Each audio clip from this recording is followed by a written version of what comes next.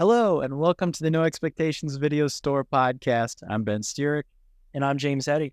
And today we're talking about classic movies that they're bringing back to the cinemas. So recently it's been an amazing time for people in our age bracket, and even a little bit older, I guess, who grew up with movies like Spider-Man, Spider-Man 2, Spider-Man 3, The Mummy. They brought back Alien. They brought back Phantom Menace. So it's just been really, really amazing because, like, I don't even know what the reason was. It was just this summer thing where they're like, "Oh, Spider Mondays. We're bringing back all the Spider-Man movies." It's only one. They are being greedy, but I'm for it. I'm grateful, dude. I'm grateful. So we're gonna kick it off. We're just gonna talk about all these awesome movies that have come back to the theaters that we actually went and saw just very recently. Maybe some of you guys saw these too. Comment below, you crazy mofos. But let's kick it off with Spider-Man 2002, one of my favorite films of all time and James' favorite films, and just like really one of the first superhero movies that really just transcended what a superhero movie can be. Yeah. Like it, we had Blade, we had the first X-Men movie. Like there were some good ones, but I feel like when Spider-Man 2002 came out, it just like elevated. Picked it up. Yeah. Yeah. What are your thoughts on it coming back? And what is your original memory of seeing it when you were a kid? See, I'm trying to remember if I saw it when it was theaters big screen. I think I did. I know for a fact I saw Spider-Man 2 and 3, but when it came to the first one, I have a memory. So I was You a little guy. Little baby. was me. Little wee baby. Yeah, but I mean, so like seeing it again, it's weird because I've watched this movie a lot. Like I don't know if you watched it too, but Yeah. on the big screen, I'm like, how did I forget some of these scenes? Yeah. It's weird. It's cool. It's like, and I really felt like the nostalgia. Dude. Yeah, it was like there's something about it, and James and I have talked about this a lot, like just personally, just like where there's so much nostalgia out there right now, like bringing these movies back, and of course it's always in our face, with all these different clips on Instagram and YouTube and stuff, and the nostalgia hits like really hard, and I don't know if it's just like a purely millennial thing, and maybe a little bit of Gen X as well, or if it's just because we constantly have so much nostalgia shoved in our face because of social media. But dude, it hits me, man. Even watching Spider-Man on the big screen, I was like, get a little emotional. Man. But now, like, I'm glad that we got to. Me too. A lot of kids now they run videos. Yeah, it's a bummer. So we were really that end of the century type, upbringing, right? It's like we had Blockbuster, we had Hollywood Video, we had independent movie stores. We went to the movies when going to the movies actually meant something, or you could stream everything. And I know we're not the first people to talk about this. We're not the last to talk about it, but I'm glad we were there, dude. And Max is not mic'd up, so we can't ask him his thoughts on it. But Max, I know you agree. I know you. But yeah, definitely got a little emotional, a little sentimental. Are we good to keep going? Anyway, yeah, the nostalgia was real, and I was just so excited to go in. I felt like a little kid, and it was so cool seeing people going in, people our age, people older, people like my parents' age, and also younger kids, like Gen Z coming in, and then millennials bringing their kids to go see Spider-Man. I was like, this is amazing. And then they gave out posters. I don't see it, but they gave out posters. Oh, you can see it. Yeah, there he is. There he is. I think that was a stuntman, or you think that was actually Toby under there? I think it was Toby. I think it was Toby. It was Toby because they're okay. Just see me on the poster. But anyway, I got that, and I went up, and the old guy that was the usher there, I was like, "Hey, can I take more than one?" He's like, "I don't care." Like, I took 3, and I was like, "Hell yeah!" So but the bummer is we didn't get Spider-Man 2 post. Really tried. If I went the first night, I probably would have been able to, but I went the second night. Yeah, I went the second night as well. Well, I went to the second night for the first one, and I was able. They had a whole bunch. So I was expecting next week. Oh, okay, like I have a lot. No. Yeah, apparently Spider-Man 2 is a lot more popular with fans than Spider-Man 1. Yeah, it makes sense. And a lot of people like Doc Ock. Yeah, and it's great, and I love both, but personally, I'm a bigger Spider-Man 1 fan, but Spider-Man 2 is still a masterpiece. Like, both are like 5 stars out of 5 stars. They're both great, but I think just like nostalgia-wise and everything, like I've seen Spider-Man 1 a lot. Same. So I prefer Green Goblin over Doc Ock. I do like Goblin more because Willem Dafoe. Yeah, but Spider-Man 2 is still brilliant. Like, nothing against it at all. It's still a 5-star film. Absolutely one of the most perfect superhero movies ever. But Spidey 1 for sure. It's just like, it goes from an A+ to an A++ for me. didn't see Spider-Man 3. Not missing. Yeah. I mean, I still enjoy the film. I do. I was just tired. It gets a lot of unwarranted hate. Yeah. Yeah, it's Sandman's story. It's pretty good. Yeah. The Spider-Man. Well, I'm good. I think 9. Yeah. I saw last week. I saw Amazing Spider-Man, the Andrew Garfield. Yeah, I saw that on the big screen when it first came out, and that was the only time I ever watched it. Really, it's actually it still holds up. I mean, it's good. Like, It's a good movie. No, it's not that old. I think, yeah. I mean, Garfield, he's a great Spider-Man. Yeah, Not the best Peter Parker, but he's a great Spider. you get that sexy ass Aunt May with the. Oh wait, she's not sexy in that one. I'm thinking. No, it's Sally Phil. Sally Phil was a dime in her day. No, Marissa Tomei. I was thinking. We'll talk all. Yeah. You got that sexy ass Rosemary Harris. Yeah, I'm seeing number 2, Amazing Spider-Man 2 tomorrow as well. you know, I've never seen it. It is the best looking Spider-Man movie. Even with like the Tom Holland one, it looks fantastic. It's just story-wise, they put too many villains like they did in Spider-Man 3. Rhino. Yeah. Well, Rhino came out at the end. You barely see him. It was just Goblin, Rhino's Electra. a dumb character, but I like them in the cartoons and stuff. But yeah, I would say if I had to rank the Spideys, that's tough. That's tough because I don't really care about the Tom Holland era. There's a reason for that. It's just because he doesn't have his own standalone movies because he's connected to the MCU. Mm-hmm. So I'm hoping the next Tom Holland be your friendly Spider. Be nice. That's all we need. I don't need him to be connected to the Avengers. Yeah, I'm just not, no offense. It's like I really enjoyed No Way Home. No Way Home was great, but because they brought back the old Spideys and they brought back Willem Dafoe and they brought back Alfred Molina and Jamie Foxx and everyone. And that's why I liked it. I didn't like it because of Tom Holland. Yeah. Like Tom Holland, he's fine. It's like sacrilegious to say you don't like Tom Holland. He's all right. He's okay. But hashtag not my Spider. It's like I'm a Toby Pierce. I think he's a good Spider-Man. I'm Toby Pierce as well. Yeah. And Andrew, nothing against him. He was really enjoyable in No Way Home. Like he had the most charisma, I think. If he came back, because Sony, there's just always rumors speculating like them making another Spider-Man movie with either Toby or Andrew Garfield. Yeah, I'll be okay with either for sure. But I want to. Of course we want Toby. Okay, here's something we can do now. Let's say, James Heddy, you are a executive producer with Sam Raimi for Spider-Man 4. We're bringing back Toby. Kirsten Dunst, we wrote her out. She's too old. And she's complaining too much about things. She has her Civil War movie. She'll be fine. Was everything okay, Max? So you look back. We good? Okay. What would you do? What would you do? I know they had alluded to Bruce Campbell being Mysterio, but let's say, because we already had a Mysterio. Yeah, let's say, okay, James, you're working directly with Sam.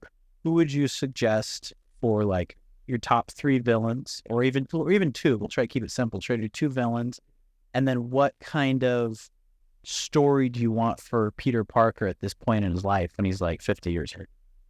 It's kind of tough because I think into the wherever Spider-Verse kind of did it the way I somewhat wanted him to be out of his superhero. It's he's kind of down. He's divorced. He's not divorced, but split up with Mary Jane, wearing sweatpants. Yeah, and I think that they did that a perfect job with To the Spider-Verse. But I still want that kind of vibe for Spidey. And then I don't know, for villain, it'd be kind of tough because I know they were trying to do Vulture with John Malkovich. Originally, he was attached, and they already did. Then they did Vulture with Michael Keaton. Exactly. And then probably just a money grab. I really like Craven, and now they're coming out with another one. Yeah, and I'm just I don't even know villain wise. It's kind of tough for me. Craven would have been sick. I think so too. And I actually, if it was still Aaron Taylor Johnson, I haven't new one's not out yet. Yeah, but I think he's a fantastic actor. I think he's the role. He's built for the role. But I think he's gonna get on. Yeah, I think so too. Yeah, I think he is. But I don't know. It's tough. What kind of movie I would want for Toby, because it's just years apart. I mean, even Sam Raimi said he just needs to see the story and he needs to build that character, that universe around. They better hurry. Yeah. I mean, what is your ideas? My ideas. I thought about that much because I love the idea that I saw for what Raimi was going to do with 4, with Vulture and a little bit of Mysterio. I think kind of the route that they took with the Amazing Spider-Man with Andrew Garfield, I think Dr. Connor? Dr. Connor, they were supposed to Lizard Man. Because they had set him up in Spider-Man 2. Like, you see Doc Connors, you see him with his one arm. I think Lizard done in the Raimi verse could have been really cool. Yeah. I agree with you on Craven. And I think, even though I know he was going to be just like a little cameo, it seems like Raimi these days doesn't really give enough love to Bruce Campbell. Even though I know they're buddies, it always seems like he's just like a glorified cameo. Yeah. I would say, no, like it's going to be like, you're going to see him for at least 30 minutes of that movie. Like, I would do a really cool Bruce Campbell Mysterio. Yeah. If we kind of disregard the Jake Gyllenhaal Mysterio. So I would have said Lizard and Mysterio, and then I would have probably introduced Black Cat. Yeah, Felicia Hardy. Would have been good. And I would have had Black Cat, but I would make it where it's like, maybe he is on the rocks with MJ, like kind of like, you know, they're not seeing eye to eye. Maybe they even did get divorced because it's 20 years later. And Black Cat comes in and she's like this hot thing. She's like, you know, 20 years younger than Toby, but she's into him, and it'll be fun. Yeah, I totally forgot about Black Cat. Yeah. Yeah, the Marvel Catwoman ripoff. Yeah. But she's so much hotter than Catwoman in a lot of ways, you know? At least in the cartoon. Yeah. But yeah, so it was magic, definitely. I'm not too upset about missing Spidey 3. I do want to go back and watch it again, because I have not seen Spidey 3 all the way through since 2007. Yeah, I saw it one time on the big screen, and I would have been 14 years old, and I was a little disappointed. And I remember thinking like, this wasn't what I wanted. But yeah, Spidey was freaking magic, and I wish we would get Spidey 4. I also wish, kind of segueing into the other movie that came back that we saw recently, I wish they would do a fourth Mummy with Brendan Fraser. Yes, agree. And you went and saw it on the big screen, right? I did. I saw the anniversary of the Mummy. Did you see it? Or I did. Yeah, I went with my parents, and it was magic. I will say this: out of all the movies, we'll jump back to let's just say Star Wars in the future. So yeah. We saw Spider-Man. I saw the Mummy, Spider-Man 1 and 2. Let's just say the Spider-Man movies, and I saw amazing. And then Phantom Menace. But I didn't get that nostalgic feeling from Phantom Menace that I got from the Mummy. Same. I thoroughly enjoyed it, but I wasn't as deeply connected to it as I was to the Mummy. The Mummy was just like, oh my, it's so good. It's one of the best films ever made. Yeah. Like I'm gonna like go to the grave saying that. Like, it's one of my favorite films, and I think one of the best films of the last century. Yeah. Like, it's like there's something about it, and I think what it is, it kind of falls into the category of Jurassic Park and Terminator 2, where it's like a perfect blend of CGI and practical effects. You had like those, I don't know if it was Stan Winston, but you had like the really good animatronics and the really good costumes. And then you had like a healthy dose of new CGI where it still looked good and they still took their time.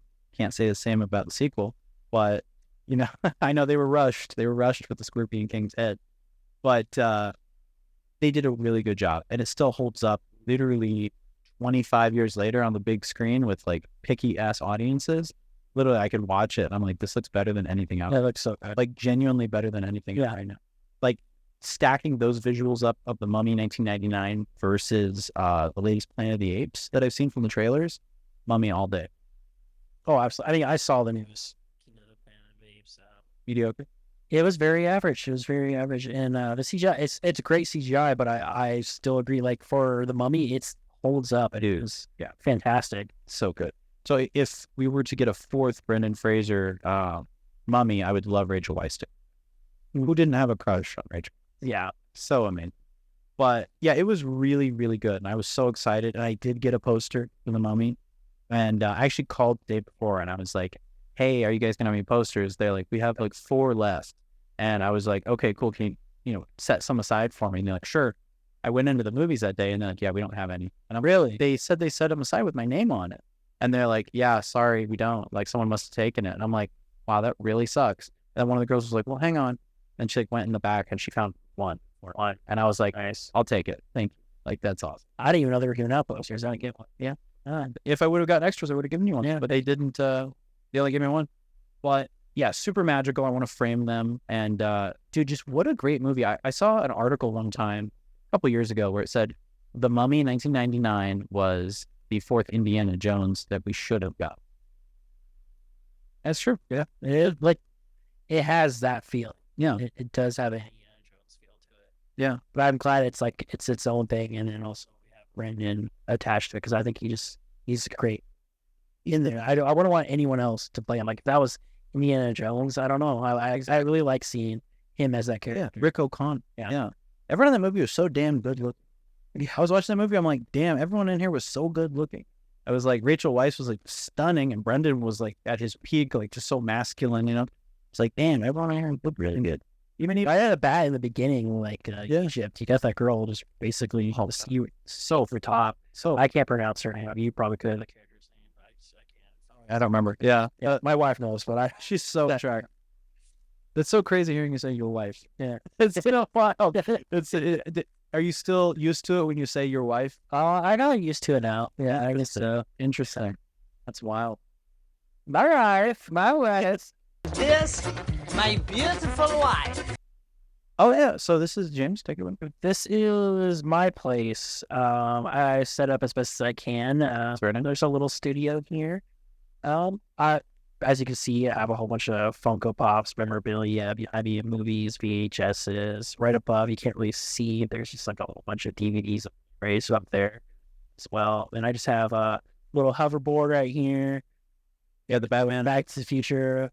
Pop. I have a lot of popcorn buckets. I keep collecting. They're everywhere. They're on the desk. Which is ironic because James does not like popcorn. Which is very ironic. I do not like popcorn.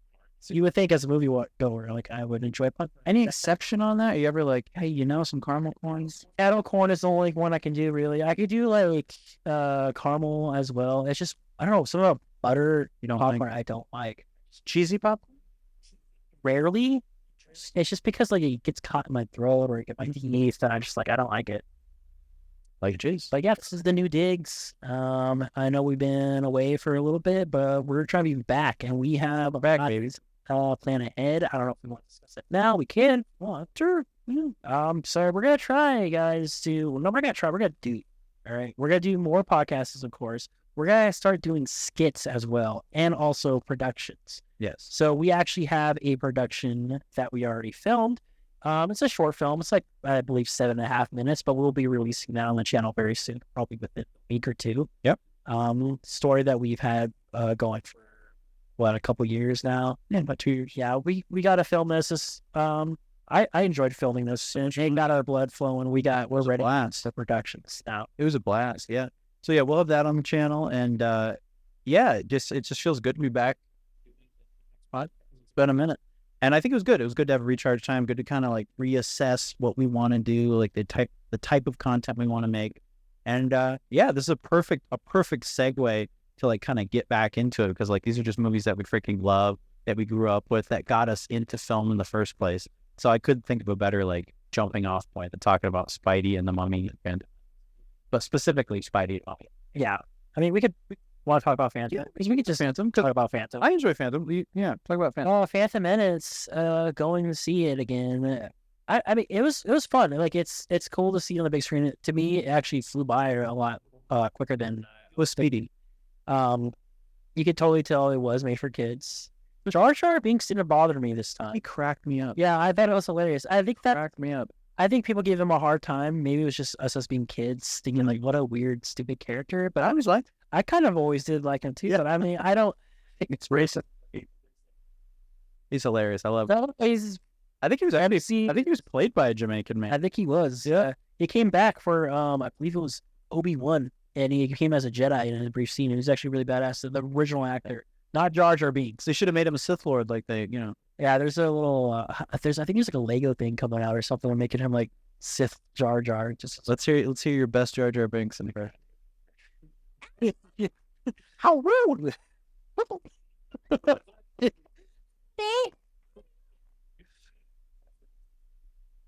What? Oh, it was not Disney. It was not Disney. This is George Lucas. It was still George. Disney didn't get in the picture and start fucking things up until after 2010. Yeah, Force Awakens. Yes, they profit from everything. Steamboat Willie, But Phantom Menace I did really enjoy. But best parts for me were I love that underwater sequence where they go visit Jar Jar's people and the big fish. There's always a bigger fish. There's always a bigger fish. Doesn't think we're going back now. And I love the pod race on the big screen because I had never seen Phantom Menace on the big screen. Really, I saw it when I was younger. That's amazing. Fun fact, I think I saw that, and I don't remember when, like, it was Cars or something. Mm-hmm. I movie hopped and saw 2 movies when I saw Star Wars. That sounds about right. I did not see it on the big screen. I remember getting it for, I believe it would have been, if I do the math, it would have been my 7th birthday. I got it on VHS from my own Jeff. And I remember also getting a bunch of pod racer toys, and like it was like a Star Wars birthday in a lot of ways. And I watched it a bunch on VHS, but the only Star Wars movies that I saw on the big screen as a kid were Attack of the Clones and Revenge of the Sith. Yeah, those two. Rest. Of course, and the OGs whenever they bring them back. And I grew up watching the original trilogy like religiously. Like I watched those movies so many times. And to this day, I'm a purist. I love the OT the most. But Phantom Menace does hold a special place in my heart. And controversial, my favorite of the prequels is Phantom Menace. Go back and watch Revenge. Okay. I did. I watched it last year. Really? Yeah, like Phantom. It's my favorite. It's funny because it's got a bit of nostalgia. Yeah, you know, it's funny. Like I said with like the Mummy, like rewatching it, and I'm like, or with Spider-Man, there were scenes I'm like, I don't remember that. And then when I watched Phantom, I never noticed when he's in the underwater thing. Both of them, Qui-Gon's always doing the Jedi mind trick. It's like, you guys have a ship for us. Mm-hmm. I never noticed he was buying. I never noticed that either. Yeah, he's Jedi mind tricking the big guy, the big king the entire time. I didn't even notice that. Yeah, he's like, give him a ship, let him have Jar Jar. Like, you know what? We do need someone to guide us. He was waving his hand. Like, if you watch it again, you'll see him like slightly wave his hand, Jedi mind trick. Thing. I was like, I've never noticed that. I wish they would have used those little breathing apparatus. Yeah, they should have. That was like really clever. I don't even know if they did it. I don't think so. That's like a really cool little invention. And also the little walkie-talkie. You like don't see those like hardly used. But no, I know that's a hot take, and people shit on me for saying Phantom Menace is my favorite prequels because everyone loves Revenge of the Sith so much. Revenge of the Sith is great, love it, awesome. But I think North pod racing, and Duel of the Fates. Yeah, that's what it's all about. And also really cool ships. Like the ships are just so badass. I had a toy of that yellow ship that Anakin flies near the end. So sick. I always had a toy that I don't know what happened to it. Yeah, this is pod racing. Now this is pod racing. Now this is pod racing. Yeah, poor Jake Lloyd. Man, yeah. That's a kid that like I know he has like mental issues, you know, and I hope, you know, he gets through those issues. But that's someone who would have really benefited from like embracing the Comic-Con culture. I think he did a couple of them, and then people would ask him like stupid ass questions like that. He's like, "Yeah, you enjoyed?" He's like, "I was like 5." Probably barely remembers it. Yeah, like I would have been talking about like, so how was it working with Arnold? You know? Oh yeah, jing all the way. Yeah. What facts do we have on Jake Lloyd? Anything fun, or you want me to pull it up? I looked at his Instagram, but oh, yeah. Gotcha. I feel like he could have very easily. It looks like he does do the conventions. I mean, it's like I understand, you know, he's dealing with I think it's bipolar disorder or something like that. Yeah, I was reading to his mom was like really diving into that. Yeah, it's too bad. But like if he was able to get a handle on that, you know, and kind of, you know, I don't want to say be normal, but you know what I mean? Be back to how he was. He probably could have had a great career. He could have, you know, gone to Ewan and gone to George and gone to Liam Neeson and been like, hey, like, what do you guys got going on? You know? I guess like what I was reading about it, he couldn't tell what reality was. Oh, wow. Like, because he was doing those movies. Kind of like our audience. We're here, guys. We're real. We're back. Relax. Get a grip. Anyway, but yeah, poor Jake Lloyd. I hope to see him in something in the future. I highly doubt it, but that would be like an awesome underdog comeback story. Seeing Jake Lloyd like back in a show or something, you know. If anything, just put him in like a future Star Wars movie in the background as an extra or something. Not like an extra, but like how they did for Jar Jar Binks. Exactly. Like just put him as the actor who played Jar Jar Binks. I'm real. But yeah, it was beautiful. I really loved. Also, if we got to like keep some praise on Phantom Menace, I loved 3PO. I love like the oh yeah, wiry, not put together 3PO. I always thought that cool. That was the first time when I was a kid. I was like, oh my gosh, that's there he is. Yeah, I often wondered about that, if that was all just a robot, like a prop, or if that was a person. Like, was it Anthony Daniels, the actor? Mm-hmm. Under there with like green screen and then that wiring over him, or if they just looks like it could have just been a puppet. That's what they did a voiceover because it was so thin, you know. Mm-hmm. But yeah, I'm really glad I saw that. They did. There was a weird thing. Here's the difference between Harkins and AMC. I'm a Harkins fan. If you guys have Harkins near you, we went to AMC for Phantom Menace with Emmett, and we went up to the usher and I was like, hey, do you guys have any posters for Phantom Menace? She's like, yeah, we do. But she's like, we can't give them out. And I'm like, why? Like, we bought our tickets. Like, we're here. Like, it's past May the 5th. Or I'm sorry, May the 4th. My bad. So I'm like, why can't you? And she's like, oh, they're saving it for an event. I'm like, well, it's not May the 4th. Like, it was just a few days after. So I'm like, what's the event? She's like, I can't tell you guys. And I'm like, okay. And I'm like, can you ask your manager? She's like, sure.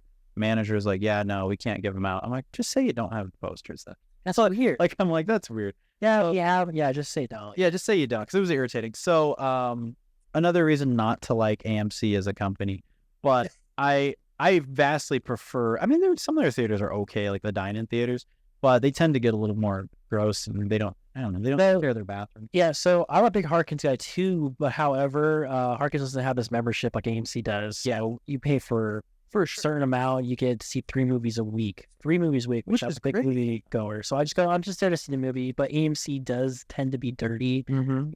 I mean, they need to step it. They could learn a few lessons from Harkins. Yeah, I agree. But you know what's weird? I looked up like reviews for AMC, and they're a lot cleaner in Hollywood than California, which makes kind of sense because it's a movie going place. Yeah, they taste more trashed here, and like the bathrooms are disgusting. They're disgusting. You go to the bathrooms at Harkins, it's like, okay, I could take a dump here. It's not too bad. You go to AMC, you're like, okay, there's maggots on the toilet. What's going on? Except for the bathroom that I use at my AMC. It seems to one upstairs that no one knows. Now everyone knows. Everyone meet James upstairs. Fillmore? No. Millard Fillmore.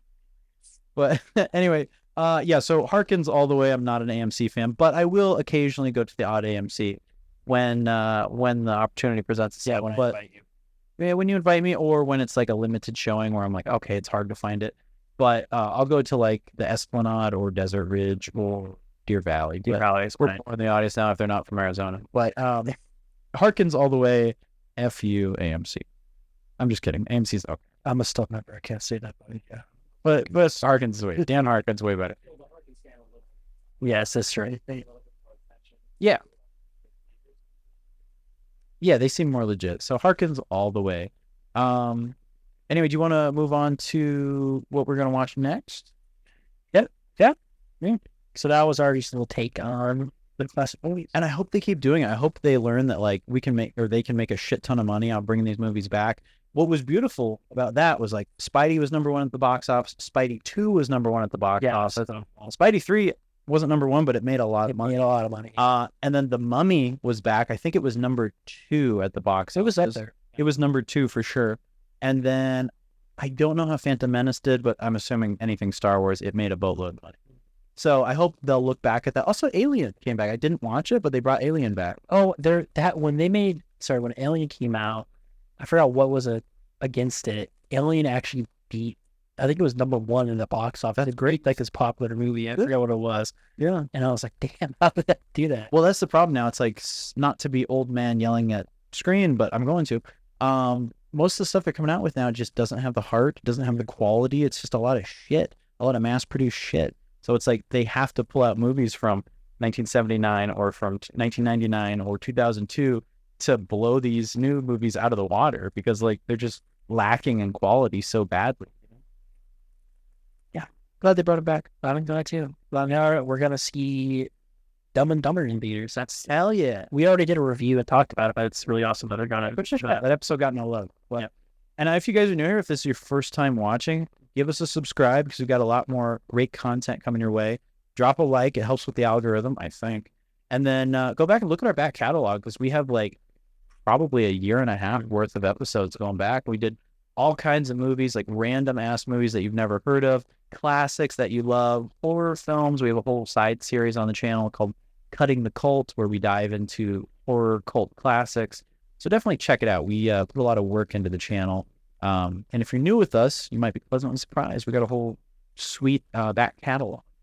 But as far as the next movie we're going to watch, Steve Buscemi, you want to tell what happened to him? I guess over the weekend, Steve Buscemi got punched in the face by some New Yorker. I don't know exactly what happened, but I just know, like, hey, man, don't punch Steve Buscemi. Yeah, some jackass. Same thing happened to Rick Moranis. Yeah, Rick Moranis. Maybe like a year ago. Mm-hmm. And also one of the other dudes from Boardwalk Empire, I forget the actor's name, but he was walking in New York and someone threw a rock at his head.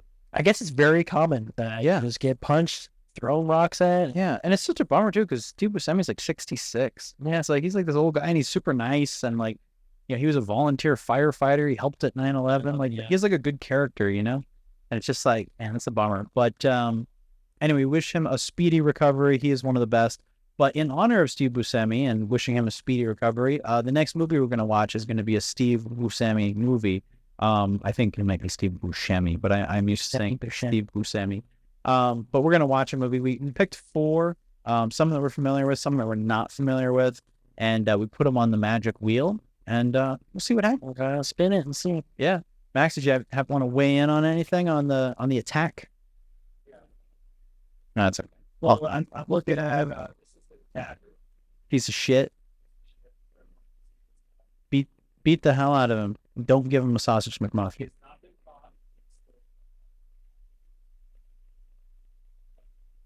Well, yeah. Well, I hope that fool goes to jail and takes it up the ass.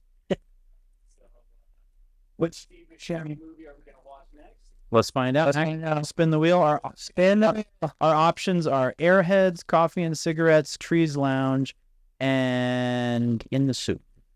And we're watching In the Soup.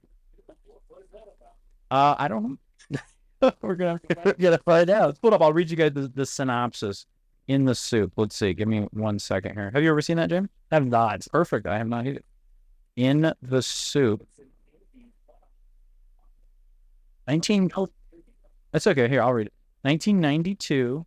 Oh shit! Cast: Steve Buscemi, Sam Rockwell, Jim Jarmusch, Stanley Tucci, Will Patton. Okay. Wow. It's got the beautiful Debbie Mazar, Susie.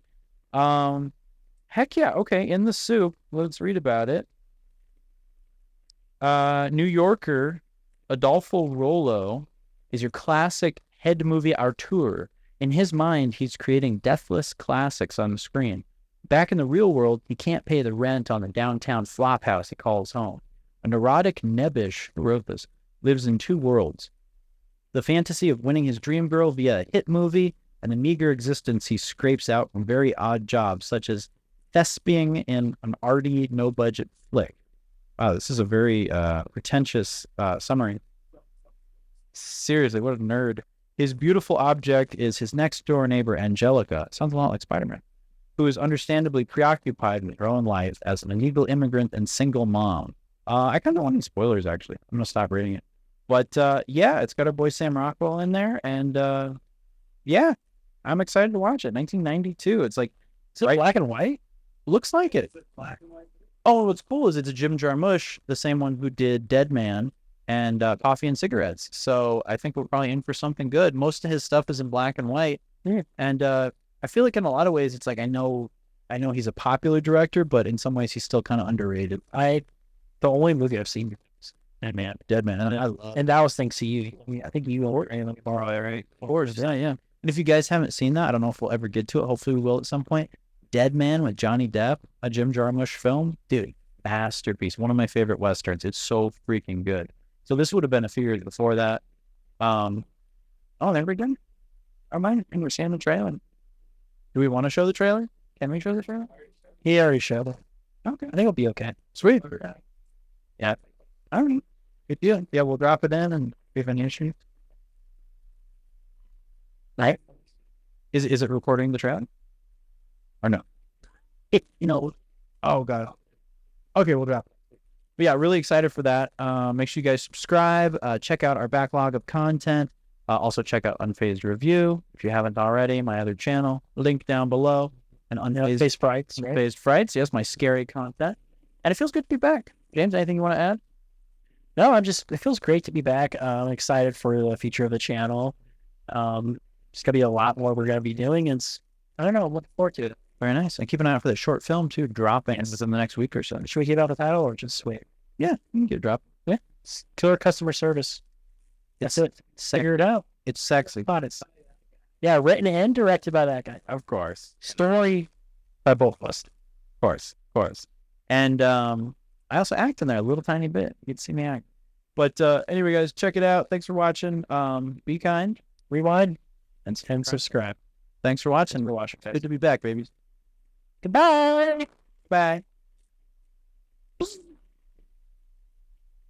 That was Spider-Man and Star Wars. You broke it.